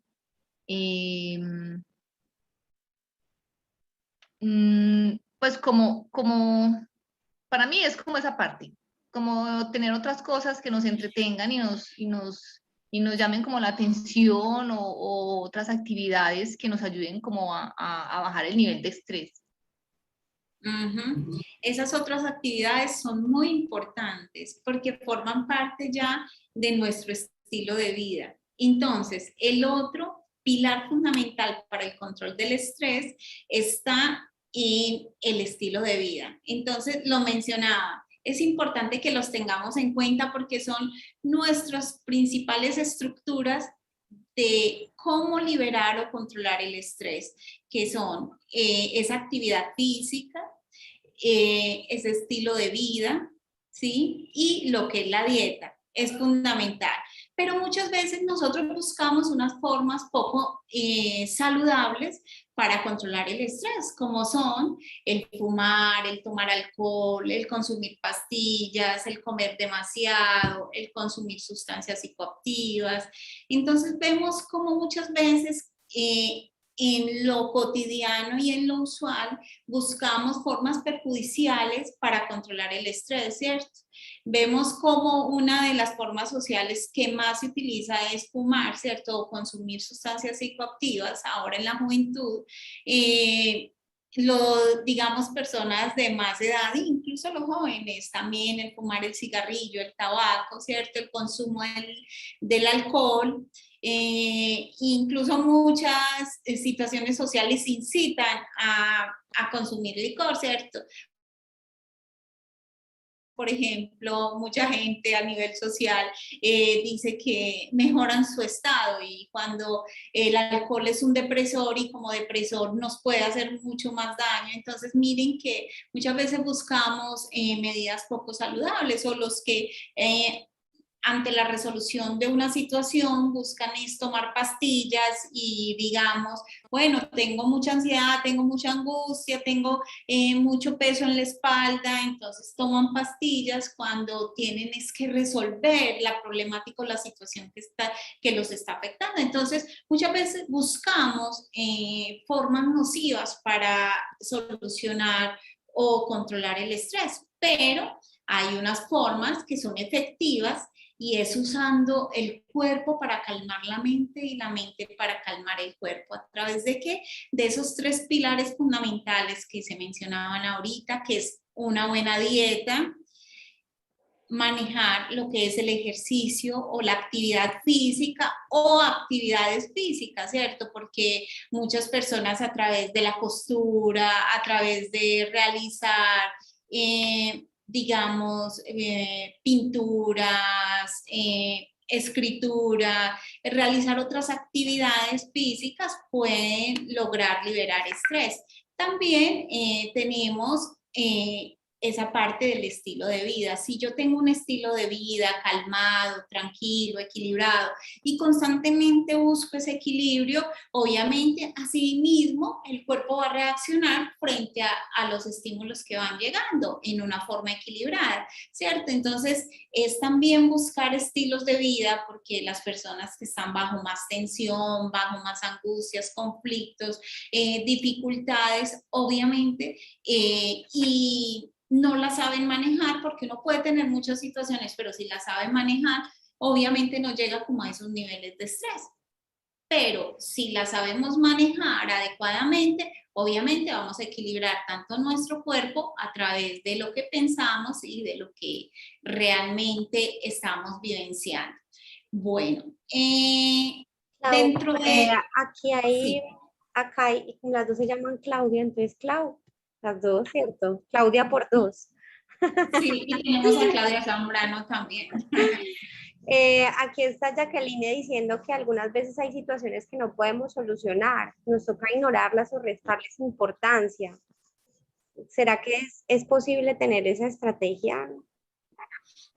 Allí, a ver, es muy importante entender lo que está sucediendo. Hay cosas que están a nuestro alcance, que podemos solucionar a mediano, largo plazo o inmediatamente, ¿cierto? Es mirar la situación por la cual estamos atravesando y mirar cuál es la solución, si la solución está en mis manos o si es externa, porque muchas veces nosotros cogemos algunas problemáticas o situaciones que son externas, que son de otros, y las cargamos como si fuesen nuestras, porque pueden ser por rasgos, digamos, por situaciones afectivas, por los vínculos, porque es mi hijo, porque es mi hermano, porque es mi madre, o porque me da mucho dolor que sufran, ¿cierto? Entonces muchas veces cogemos situaciones externas y las cargamos como si fueran de nosotros y nos generan estrés, pero si son situaciones que yo puedo resolver, no importa que sea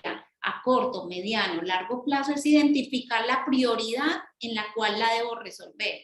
Es decir, mirar si sí está a mi alcance, si sí depende de mí, y mirar más que evadirla o más que evitar pensarla, porque cuando yo evito pensarla o evado la situación, lo que sucede en mi mente es que constantemente van a venir pensamientos recurrentes de esa situación. Entonces, es una, digamos, inadecuada estrategia el dejarla a un lado. Lo que sí debemos hacer es clasificarla de acuerdo a la prioridad, de acuerdo a la intensidad, quién la debe resolver y en qué momento. Digamos, hay cosas que yo no puedo resolver en el momento, pero a largo plazo sí, entonces me trazo a mediado plazo. Bueno, mientras tanto, ¿qué alternativas hay para que esta situación no se me agudice? Eso sí, buscar que las situaciones no se sigan agudizando y realmente buscar las alternativas. Cuando yo empiezo a pensar en las alternativas de solución, ya empiezo a ganar un espacio porque ya voy solucionando la problemática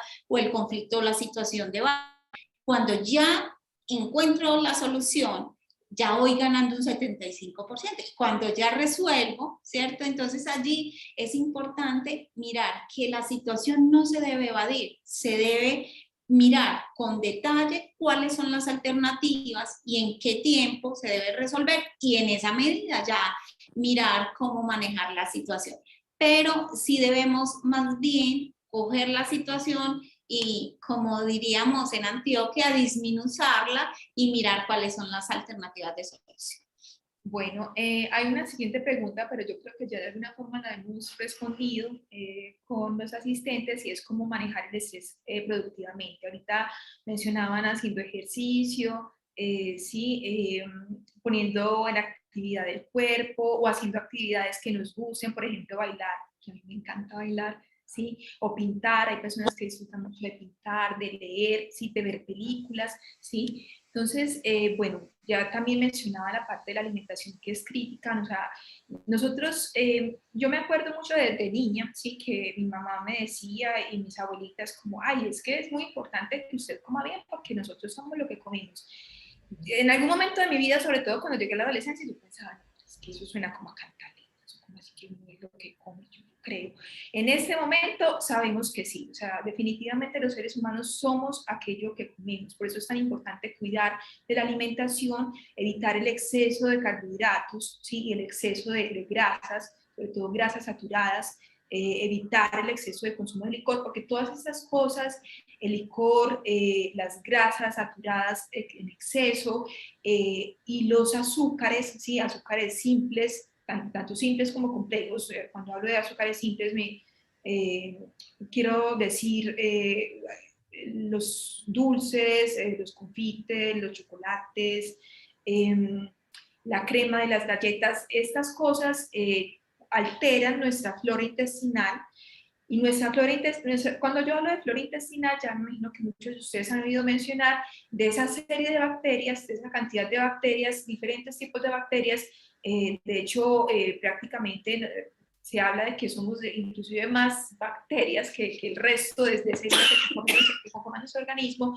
Estas bacterias dependen mucho de que comamos para funcionar bien. O sea, las bacterias que tenemos en nuestro sistema gastrointestinal generan una serie de sustancias que protegen la pared de ese intestino, por una parte, y por el otro lado también generan una serie de cosas que es importante para nuestra subsistencia. Por ejemplo, la vitamina B12, y nosotros necesitamos de las bacterias que viven en nuestro sistema gastrointestinal para no hacer deficiencia de vitamina B12 y otras vitaminas del complejo B, sí, también el ácido fólico en parte lo producen las bacterias que tenemos en nuestro sistema gastrointestinal, sí, y también otras sustancias que tienen que ver con nuestro estado de ánimo, como la dopamina y la serotonina, que son hormonas, neurotransmisores, perdón, importantes para que no nos sintamos deprimidos o ansiosos. También esa parte de estos neurotransmisores es producido por esos animalitos, llamémoslos así, que viven en nuestro sistema gastrointestinal. Entonces, por eso también es importante cuidar de la alimentación, porque dependiendo de nuestra alimentación, qué tan buena o qué tan mala sea, pues vamos a tener predominio de unas bacterias que nos ayudan a estar bien en todo sentido, emocional, físicamente, o van a predominar aquellas que se traducen en diferentes tipos de enfermedades. Por ejemplo, el Alzheimer está relacionado con un desbalance en esa flora que vive en nuestro sistema gastrointestinal, lo mismo que ciertas enfermedades reumatológicas como la artritis reumatoidea, ¿sí? El asma también se ha relacionado con un desbalance en esas bacterias que viven en nuestro sistema gastrointestinal. Por eso es tan importante la alimentación, pues por una parte pensando en esa flora de nuestro sistema intestinal, y por el otro lado también pensando en que es importante garantizar cosas que hacen falta para que vivamos bien, ¿sí? Por ejemplo, el hierro, el ácido fólico, ¿sí? Diferentes vitaminas. Si faltan, por ejemplo, la vitamina D, cuando no tenemos un suplemento adecuado de esas cosas que la contienen, por ejemplo, los lácteos, ¿sí? Y ciertos frutos, y algunos frutos secos como las nueces, el maní en menor grado, pues puede haber deficiencia de esa vitamina D, y eso se relaciona con fatiga, se relaciona con problemas cognitivos y se relaciona con depresión.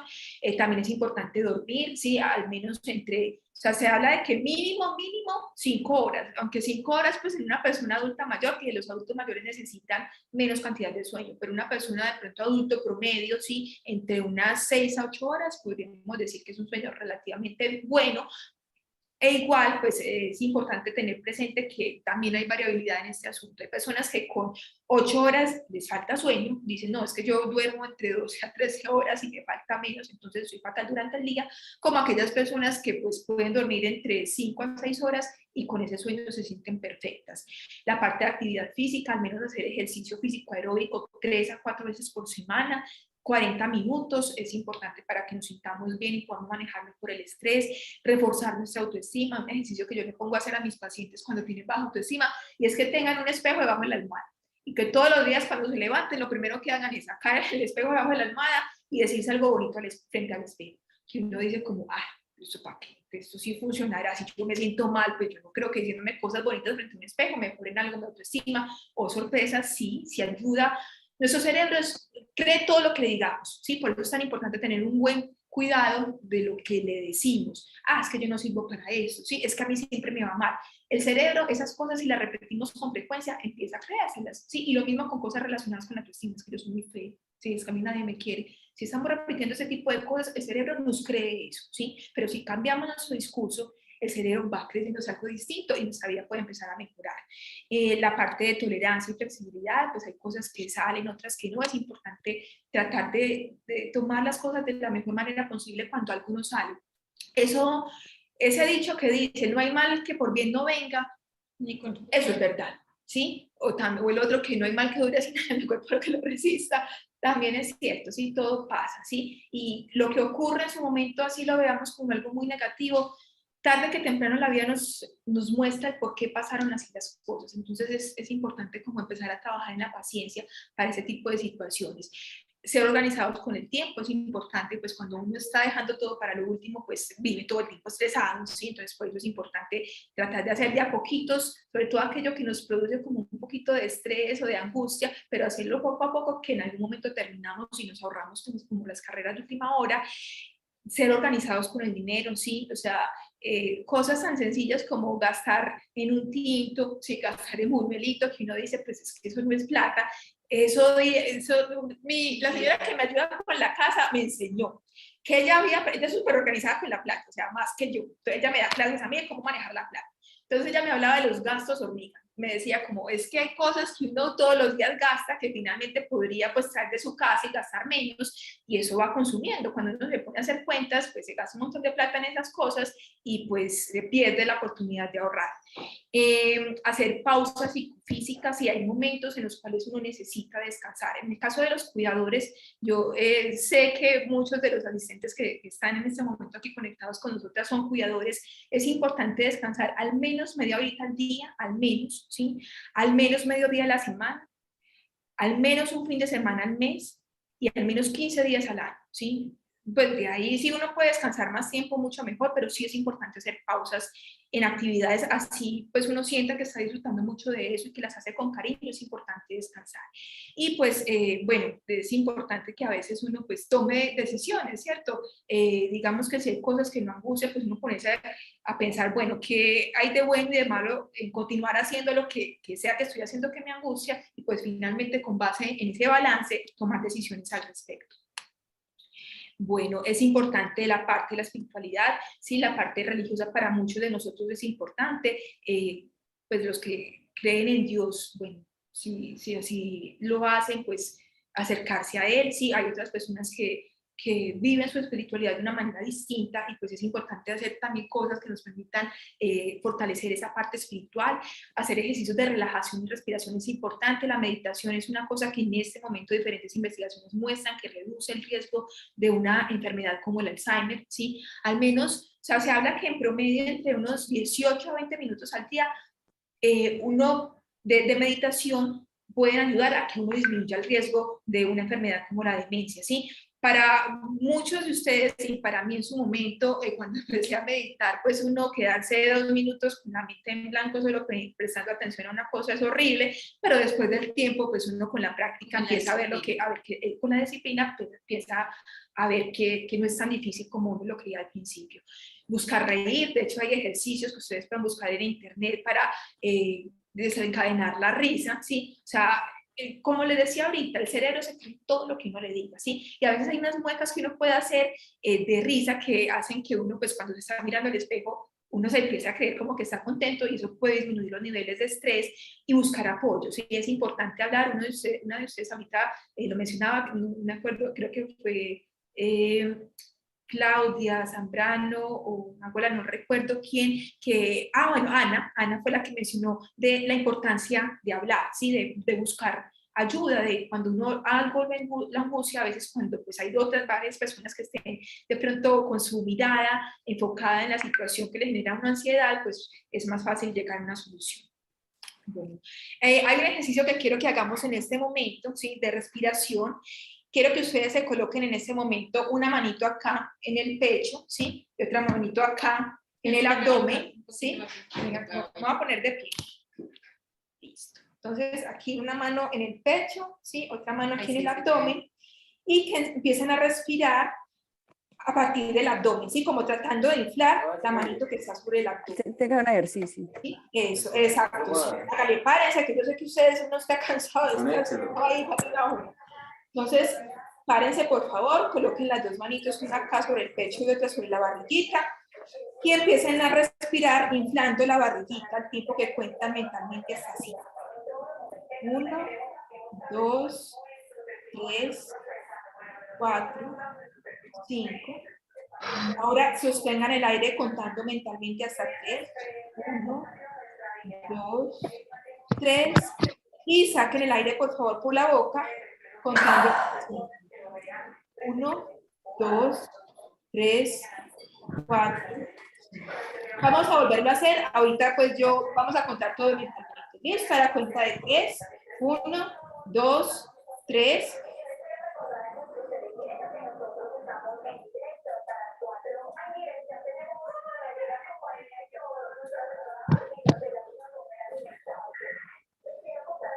Una vez más.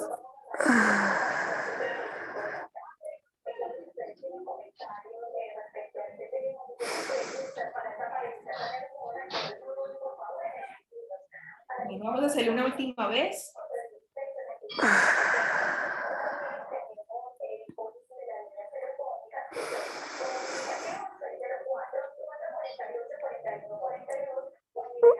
Muy bien. Ya se pueden sentar. ¿Cómo se siente? Ay, bien. Muy bueno, doctora, muchas gracias. Ok, muy bien, listo. Entonces, la idea es que este ejercicio es un ejercicio muy sencillo, ¿sí? Pero es un ejercicio que uno puede practicar varias veces al día, ¿sí? Se recomienda que aproximadamente unos 10 minutitos, 2 veces al día, nos permite ayudar como a ir tomando conciencia de nuestra respiración, hacer una respiración lenta y profunda, que nos ayuda a que poco a poco empecemos como a distensionar los músculos de diferentes partes del cuerpo que se tensionan con el estrés, ¿sí? Y pues podamos poco a poco ir reduciendo los niveles de estrés que manejamos en nuestro día a día.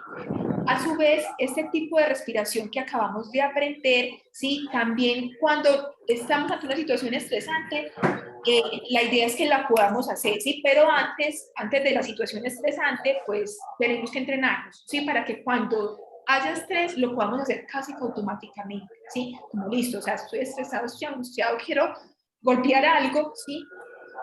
Rápidamente podamos decir, bueno, voy a respirar despacio, ¿sí? Puedo hacer ese ejercicio fácilmente y pueda rápidamente recobrar el control de mi estado anímico. ¿Listo? Muy bien. Bueno, al principio la idea es que lo practiquen de manera, pues, acostados, ¿sí? O recostaditos, y ya después lo pueden hacer de manera sentada, o lo pueden hacer en movimiento mientras caminan, por ejemplo, mientras están de pie, ¿sí? Bueno, la parte de la meditación es algo que también les mencionaba ahorita, que es importante hacerlo. Hay una dirección, yo no sé, me imagino, Dianita, que vamos a compartir de pronto memorias de esto, pues no lo vamos a hacer ya, dura 5 minutos y sé que estamos ya ahorita cortitos de tiempo, pero meditar iniciando con 5 minuticos al día nos va a ayudar a disminuir paulatinamente el riesgo de que nos dé un Alzheimer, ¿sí? Entonces vale la pena. Este tipo de meditación que recomiendan en este video es una meditación centrada en la respiración, ¿sí? Concentrándonos en cómo respiramos, cómo tomamos el aire por la nariz, cómo esa respiración se acompaña de unos movimientos del abdomen, ¿sí? Y de toda esa parte de los músculos que están alrededor de nuestras costillas, ¿sí? Cómo podemos retener un ratito el aire y botarlo lentamente por la boca. Y así, pues, nos guían en este video durante 5 minutos a concentrarnos en la respiración. Si aparecen otros pensamientos, cuando estamos haciendo meditación, la idea no es culpabilizarnos por eso, como, ay, pero ¿cómo eso no es posible que yo no me pueda concentrar en la respiración y me empiezo a imaginar otras cosas o a pensar en lo que me preocupa? Cuando pasa eso, no importa, sobre todo al principio que estamos entrenándonos en esto de la meditación, lo que se recomienda es simplemente cuando llegan esos otros pensamientos, observarlos, aceptarlos y volver a retomar el control, la concentración sobre nuestra forma de respirar en ese momento.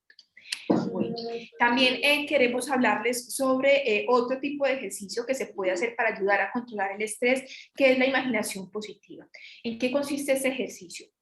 Consiste en que aquellas cosas que nos generan angustia, que nos generan estrés, cerrar los ojitos y empezar a pensar en eso que nos genera estrés como si fuera una película, ¿sí? Como si nosotros estuviéramos viendo una película en una pantalla que está proyectando nuestra propia vida, específicamente esa cosa que nos está produciendo estrés, ¿sí? Mirar eso que nos produce estrés, que no sé, que grita fulanito, que dice aquello fulanita, ¿sí? Y después de un ratito de visualizar aquello que nos genera angustia, cambiar el chip, ¿sí? Empezar a pensar en esa situación, pero como quisiéramos que ocurriera, ¿sí? No, es que a mí me angustia mucho cuando mi esposo empieza a alegarme por la plata, ¿sí? Que porque no quiere, pues, gastar tanto en ciertas cosas del mercado y pues yo le digo que es importante, pues, mantener eso por no sé qué. Bueno, y me empiezo a imaginar como si estuviera viendo la película de los dos alegando, ¿sí? Paso después de ver un ratico esa película a imaginar, bueno, ¿cómo quiero que mi esposo reaccione cuando yo hable con él sobre eso? ¿Cómo quiero yo estar y sentirme cuando esté hablando con mi esposo sobre ese tipo de situaciones difíciles?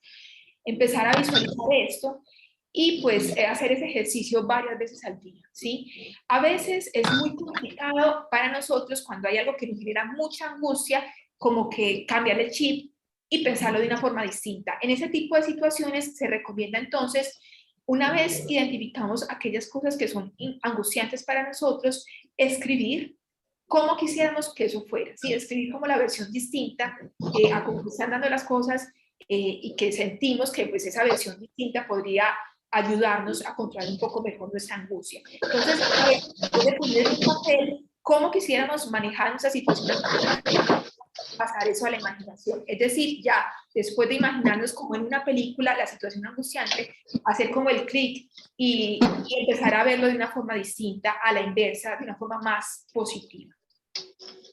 Ahí es muy importante también utilizar lo que es la imaginación creativa, es decir, nosotros muchas veces utilizamos dándole vueltas y vueltas al mismo problema, no buscamos las alternativas, entonces uno busca las alternativas, pero más es utilizar la imaginación creativa, es decir, por ejemplo, tenemos insomnio, tratar de utilizar ese tiempo en cosas creativas, en cosas que puedan generar bienestar para uno, para la familia, o en crear cosas que podemos realizar más adelante, digamos, algunos diseños, algunas, si trabajamos manualidades, si trabajamos, si nos gusta mucho estar digamos, realizando platos, digamos, cocinando, haciendo. Entonces es tratar de llevar nuestra imaginación a una imaginación creativa. La imaginación creativa nos permite volar con nuestros pensamientos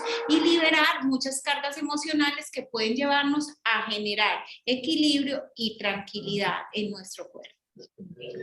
Bueno, y hay otra cosa que mencionaba, bueno, Caterine, creo que era Caterine, no, Isabela, creo, Jacqueline, sí, Jacqueline Restrepo, creo que mencionaba, pues tenía como esa inquietud de, bueno, si es posible uno ignorar ciertas situaciones que le angustian, ¿sí? Y Claudia pues mencionaba, bueno, hay situaciones que uno puede controlar, hay otras que no, sí, es importante que aquellas que uno dice como, bueno, no, pues no las puedo controlar, pues digamos que relajarse un poquito y dejar de enfocar su atención en eso, pero además hay otras situaciones que uno en el fondo sabe que tiene que hacerles frente, ¿sí? Y que no hay forma de evadirlas y que en algún momento pues es importante encararlas, pero nos generan mucho malestar. Entonces, ante ese tipo de situaciones lo que se recomienda es, bueno, hacer ejercicios de respiración consciente, de meditación, ¿sí? De imaginación positiva, como para ir preparando el terreno para que cuando llegue esta situación que nos genera tanto malestar, podamos hacerle frente, ¿sí? Y podamos hacerle frente de una manera tranquila, entendiendo que quizás inicialmente eso me genera algunos síntomas molestos, pero que esos síntomas poco a poco van a desaparecer, ¿sí? Es como cuando, bueno, hay algo que nos produce mucha angustia, ¿sí? Pues puede ser que eso que nos produce mucha angustia nos pasemos la vida corriendo, pero si llega un momento en el cual empezamos a prepararnos para controlar nuestros síntomas ante esa situación angustiante, somos capaces de empezar a mirar esa situación a los ojos, mirarla a los ojos entre comillas, y cuando logramos hacer ese contacto ojo a ojo, ¿sí? Con esa situación estresante, empezamos a sentir cómo esa situación estresante realmente pues pierde fuerza, pierde ese poder sobre nosotros, ¿sí? Empezamos a darnos cuenta que, bueno, estos síntomas son síntomas que podemos manejar y finalmente se invierten los papeles y es el estrés el que sale huyendo de nosotros, ¿sí? Bueno, por último tenemos esta pregunta. Sí, ¿cuáles son los factores protectores para la disminución del deterioro cognitivo? ¿Sí? ¿Cómo podemos nosotros, como factores, como búsquedas hacer para disminuir el deterioro cognitivo? Frente a esto, nosotros debemos, digamos, tener en cuenta como algunos puntos que ya han venido analizando a través de estudios que han entrado, análisis a nivel mundial y, por ejemplo, la Organización Mundial de la Salud y la Organización Panamericana de la Salud nos dan algunos tips para que nosotros disminuyamos en gran parte esos riesgos a tener el deterioro cognitivo. Entre ellos es, por ejemplo, la actividad física en adultos con, digamos, que tienen una función cognitiva normal, ¿cierto? Que no tienen problemas cognitivos, que no tienen demencia, pero también se recomienda para todas las personas, incluso los que tienen deterioro cognitivo leve, ¿cierto? Entonces, es evitar entrar a las demencias, es evitar que ese deterioro se realice en una forma más rápida. Entonces, se recomienda las actividades físicas, digamos, disminuir el consumo de tabaco, ¿sí? El cigarrillo como tal hay que disminuirlo y disminuir los riesgos que llevan a que esa persona consuma tanto, ¿cierto? Entonces eso nos puede evitar. Entonces son como esos factores que pueden de alguna manera mejorar nuestra calidad de vida y nuestro estilo de vida. Se recomienda también la alimentación mediterránea, ya la doctora Claudia ahorita hizo mención a ello, pero es también disminuir lo que es la acidez de los alimentos, porque es que muchas veces lo que es el estrés genera esas sustancias que producen mucha, digamos, es muy alcalina. Entonces, lo que se busca es estabilizar el cuerpo a través de los alimentos, que también van a mejorar para evitar lo que es el deterioro cognitivo y las demencias. Entonces, recomiendan lo que es la alimentación mediterránea, que se basa, digamos, en aceites que sean más saludables, como el aceite de oliva, como algunos frutos secos, también recomiendan las verduras y los frutos de ciertas características que sean de color, digamos, como el arco iris, que los alimentos sean con ciertas características que ya ustedes pueden profundizar si quedan inquietos frente al asunto, aunque más adelante va a venir la nutricionista que también, o el nutricionista que va a hablar sobre las diferentes dietas más saludables. Entonces, para que estén también pendientes cuándo será la sección con los nutricionistas. Bueno, entonces también pues lo que mencionaba Claudia ahora, también la disminución de esas grasas polisaturadas, ¿cierto? Se debe también hacer intervenciones dirigidas a la reducción o el consumo peligroso y nocivo de bebidas alcohólicas, ¿cierto? Tanto a las personas normales, digamos, que no tienen deterioro cognitivo, como las personas que lo tienen, ¿cierto? Entonces, la disminución del licor, porque el licor con el tiempo trae sus consecuencias también neurológicas grandes que pueden llevar a una demencia, ¿cierto? Como es la demencia de Korsakoff y otras alteraciones mentales que pueden ser secundarias al consumo. También entrenamiento cognitivo, ¿cierto? Lo que es la estimulación cognitiva que se puede hacer en todas las personas, ¿cierto? Incluso los que tienen deterioro leve, es importante hacer para que sea mucho más leve el proceso de deterioro. Y las personas que no tienen deterioro, les sirve la estimulación cognitiva para evitar el riesgo. Tenemos también la actividad social, pues algunos estudios dicen, pues demostrados por la Organización Mundial de la Salud, que el asunto como tal de la interacción social no afecta tanto, pero sí el estilo de vida cuando hay restricción de esa parte social. Entonces es importante vincularse a las actividades sociales, apoyarse de ellas, permitirse compartir con la familia, con los amigos, con otras personas para poder tener una mejor calidad de vida y un bienestar. Y en la medida que tenemos un bienestar y una calidad de vida, obviamente vamos a ir mejorando nuestro estado de salud en general, lo que va a generar menos estrés y menos alteraciones. También el manejo de la obesidad, ¿sí? El manejo del sobrepeso, de la obesidad, también puede reducir el riesgo por todas estas grasas y todos estos, digamos, proteínas y demás que no deben acumularse y que se acumulan en exceso. También ofrecer, digamos, las personas que tienen alguna alteración cardíaca, digamos, que tengan sus medicamentos al día, estén controladitos todo el tiempo para evitar, pues, esas alteraciones. También las personas que son diabéticas, ser muy juiciosos con los medicamentos, regularse, estar pendiente de sus exámenes periódicos, hacerse sus chequeos diarios, sus, digamos, sus escalas para que estén muy controladitos a través de los medicamentos y estar muy juiciosos con ellos. Y eso también nos permite, pues, detener este proceso. También en las personas que tienen problema de dislipidemia, también disminuir el riesgo a través, pues, de unos hábitos saludables y unas condiciones, digamos, si requieren medicamentos o algo, de hacer un buen control de ellos. También se recomienda, pues, las personas que son depresivas o que tienen alguna enfermedad mental, es ser muy juiciosos con los medicamentos, porque en la medida que sean juiciosos y que no hayan digamos, excesos ni déficit de los medicamentos que se necesitan para mantenerse en equilibrio, obviamente vamos también como a detener ese proceso.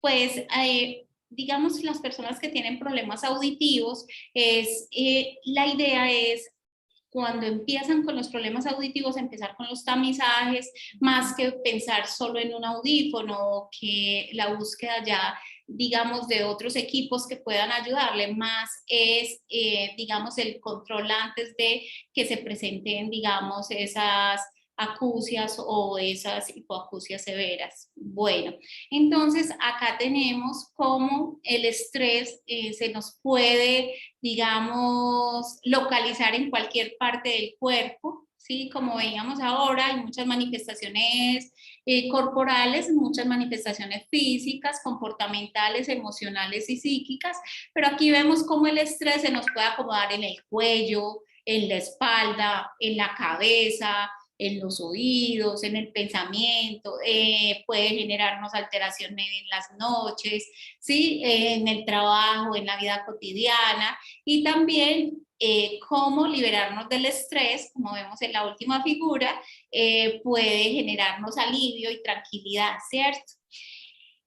El bienestar abarca un cuerpo sano, una mente sana y un espíritu tranquilo. Disfruta del viaje mientras trabajas en tu bienestar, ¿sí? Es importante que entendamos esta vida que tenemos como este viaje, que hay que tratar de tenerlo armónico, tranquilo, calmado, para que realmente tengamos unos buenos resultados en la medida que vamos avanzando en nuestra vida. Y todo esto lo debemos hacer con una buena higiene, lo debemos hacer con una buena alimentación, con un buen dormir, con actividad física, con, digamos, una buena hidratación, un disfrute de la vida, como tenemos el músico al final, y también de las personas que interactúan con él.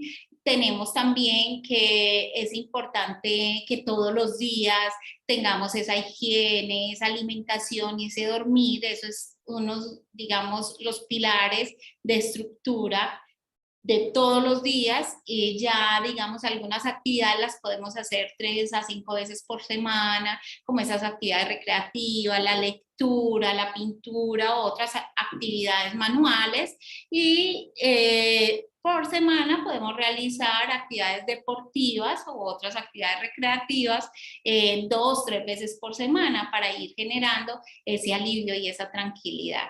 Entonces, es importante que tengamos en cuenta como esos, digamos, esos factores protectores y también el cómo liberar ese estrés cuando ya lo tenemos, para que evitemos el estrés crónico y también el deterioro cognitivo y las demencias. Muchísimas gracias a las dos Claudias. De verdad que la actividad, pues uno le daba sustico porque no sabía cómo iba a pasar, cómo iba a suceder, pero creo que también fue como una oportunidad para que la gente pudiera expresarse, resolver inquietudes, también dar como su apreciación con respecto al tema. De verdad que muy valioso este espacio con ustedes dos, las mejores. Muchísimas gracias de verdad por estar aquí y contarles pues que a todos y a ustedes, pues que precisamente todos esos son factores protectores, lo positivo que debemos hacer para cuidar nuestro cerebro y para cuidar nuestro corazón. Entonces, por eso es que el factor protector del el día de hoy, el que le hacemos homenaje, es a fortalecer las relaciones sociales, es estar unidos pues con las personas que queremos, tener el espacio para poder decirles que los queremos, compartir, no aislarse. Ese es como el objetivo de este factor protector del día de hoy, y espero que les haya servido bastante este espacio a las personas que participaron. Quiero aprovechar para hacerle publicidad, ahí les compartí el link para la actividad que hay ahorita a las 4:30, que va a ser con Jorge Calle. Él nos va a hablar sobre pérdidas ambiguas para que ustedes se conecten. Va a estar muy interesante. Él es muy experto en el tema del duelo. Entonces, para que no se lo pierdan. Y me permiten, Claudia, compartir pantalla para yo mostrarles a los asistentes las actividades que tenemos para mañana. Entonces acá, como pueden ver, el día de mañana el factor protector está enfocado en la importancia de la estimulación cognitiva.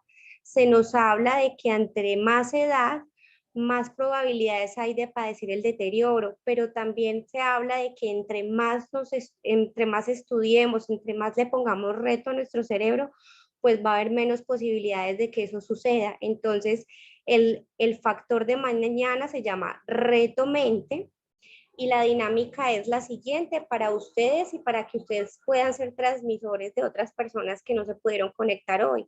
Y es que todos los días, por lo general, van a estar conectados a nuestras redes sociales: Facebook, Grupo de Neurociencias de Antioquia, en Instagram, @neurouda, y ahí van a encontrar toda la información de todas las actividades de estos días.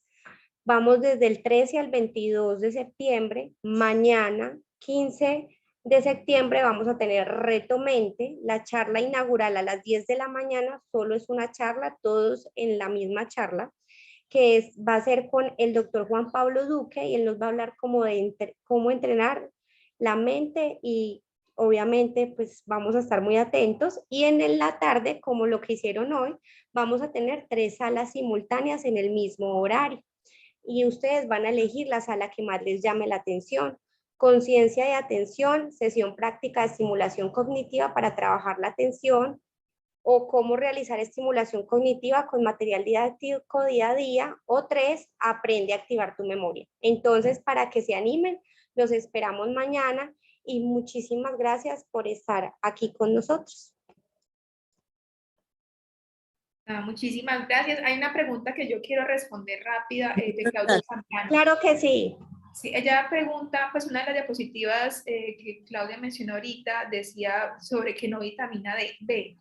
Pues lo que quiere decir la diapositiva es que, si nosotros tenemos una dieta balanceada, no requeriríamos de suplementos vitamínicos, ¿sí? Específicamente, por ejemplo, los del complejo B. O sea, si nosotros tenemos una dieta balanceada, donde tenemos una buena porción de proteínas, de frutas, de verduras, de lácteos, ¿sí? Donde están contenidos diferentes vitaminas del complejo B, no sería necesario suplementarse con una vitamina del complejo B, ¿sí? A menos que haya una deficiencia ya evidenciada por unos exámenes que se hagan en sangre. Lo mismo que la vitamina D, ¿sí? Que ahorita está pues como muy de moda suplementarla. La vitamina D es una vitamina que hay que tener cuidado con ella, porque si uno se sobrepasa con la vitamina D, pues eso no pasa con la vitamina B. O sea, si ustedes toman complejo B, o sea, el exceso el cuerpo es capaz de eliminarlo, pues eso se sale por orina. Pero con las vitaminas que se llaman liposolubles, y se llaman así porque requieren de grasa para poderse absorber, que son la vitamina A, la vitamina D, la vitamina L y la vitamina K, si uno se sobrepasa pueden llegar a ser tóxicas. Entonces con la vitamina D es importante tener cuidado, y solo si hay una deficiencia comprobada de vitamina D, uno debería suplementarse con vitamina D. Si no hay tal deficiencia, no es necesario hacerlo.